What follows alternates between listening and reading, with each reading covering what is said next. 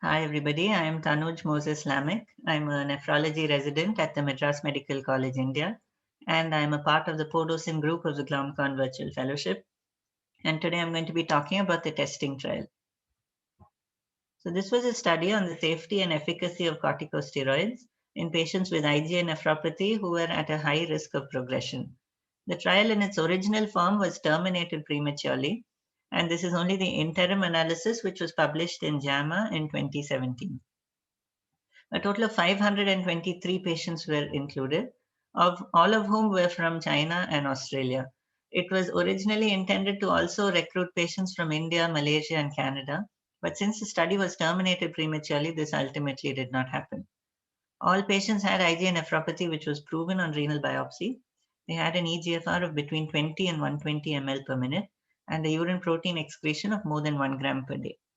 All patients then went into a run-in phase where they received the maximum tolerated dose of RAS inhibition and their blood pressures were optimized. At the end of this 4 to 12-week run-in phase, a significant number of them actually dropped their urine protein excretions to less than 1 gram per day, and they then had to be excluded. So this then left us with a total of 262 patients to finally be randomized to receive either steroids versus placebo.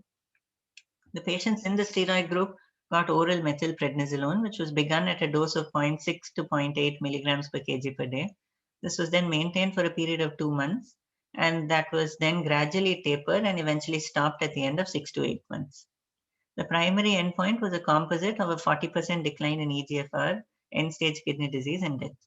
When the trial was originally conceived, it was planned that the first component of that endpoint was a 50% decline in eGFR, but this was then later revised down to 40% based on subsequent guidance which came from the FDA and the National Kidney Foundation.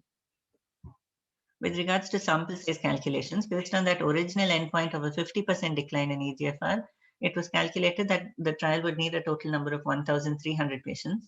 But once that was revised down to a 40% decline in eGFR, the number of patients needed also came down to 750. The trial was entirely event driven, and it was planned to detect a total of 335 primary outcomes, and it was anticipated that this would require a mean follow-up of around 5 years. The trial was ultimately terminated because of safety concerns in the steroid group. And when the trial was stopped, a total of 262 patients had been randomized, of whom 226 had completed the study therapy. The remaining 30 odd patients were then unblinded and asked to review back for a safety assessment visit. The trial achieved a median follow up of 2.1 years, and the total number of primary outcomes was 28. So though this trial did not ultimately reach the intended sample size, and though this is only an interim analysis, it has to be noted that this still remains the largest trial of IgA nephropathy that has been published to date. With regards to the primary outcome, it was significantly less in the steroid arm with a hazard ratio of 0.37, which was statistically significant. The number of secondary outcomes also showed that there was a benefit of steroids, and the mean annual rate of eGFR decline was lower in the steroid group, and the mean proteinuria level was also lower in the steroid group. However, the problem was that the number of serious adverse events was also higher in the steroid group, with the relative risk being almost 5 times that of placebo, and a large number of these serious adverse events were infections. And it is for this reason that the trial was ultimately stopped. So the conclusion was that oral methylprednisolone was associated with an increased risk of serious adverse events, primarily infections. However, the results were consistent with a potential renal benefit. So this then led to a change in the study protocol, and this gave rise to what is called the testing low dose trial. The study population was expanded to include countries such as India.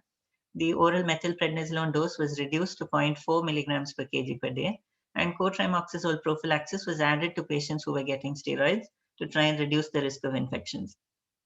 This testing low dose trial has now completed recruitment, and the results of the study will be analyzed together with the data from the original testing trial.